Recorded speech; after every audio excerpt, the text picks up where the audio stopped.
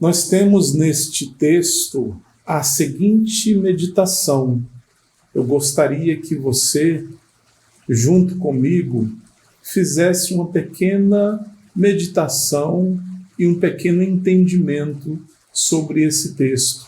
Eu não estou aqui na pretensão de fazer uma exegese profunda do texto, mas um pensamento sobre o que está escrito. E aqui o texto em Filipenses 2, versículos 7 e 8, nos diz assim: mas esvaziou-se a si mesmo, tomando a forma de servo, fazendo-se semelhante aos homens. E achado na forma de homem, humilhou-se a si mesmo, sendo obediente até a morte e morte de cruz. Esvaziou-se a si mesmo. Aqui eu percebo, meus irmãos e minhas irmãs, que sendo Deus, em obediência, o nosso Senhor Jesus Cristo, esse texto fala sobre o nosso Senhor Jesus Cristo, ele se humilhou a ponto de permitir-se ser homem, forma de servo. Ele foi servo, sendo Deus.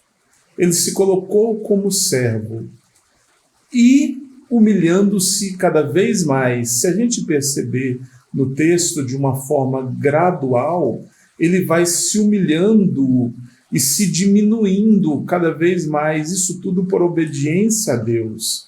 Aí ele se fez em semelhança de homem, Deus se fazendo em semelhança de homem. E, já na forma de homem, ainda continuou se humilhando, obedecendo e recebendo sobre o pecado que estava previsto para mim e para você, que somos homens pecadores, morte. Esse era o nosso destino, morte. E a morte que ele se submeteu, a qual ele morreu, foi a pior morte que tinha na época, morte de cruz. Só os piores bandidos eram sacrificados dessa forma.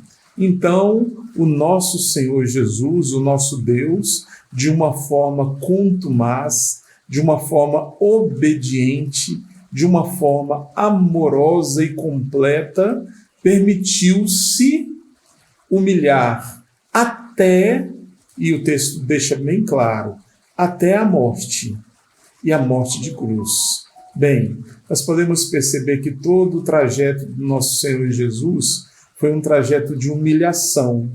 Nasceu numa manjedoura, como homem, ali já debaixo de humilhação, não tinha lugar para os seus pais e para ele na hospedaria, num quarto, num lugar adequado para um ser humano, não tinha, e desde lá todas as coisas que aconteceram com o nosso Senhor Jesus foram coisas que o humilhavam como homem, mas mesmo assim, sendo ele Deus, permaneceu firme e fez a vontade do Pai.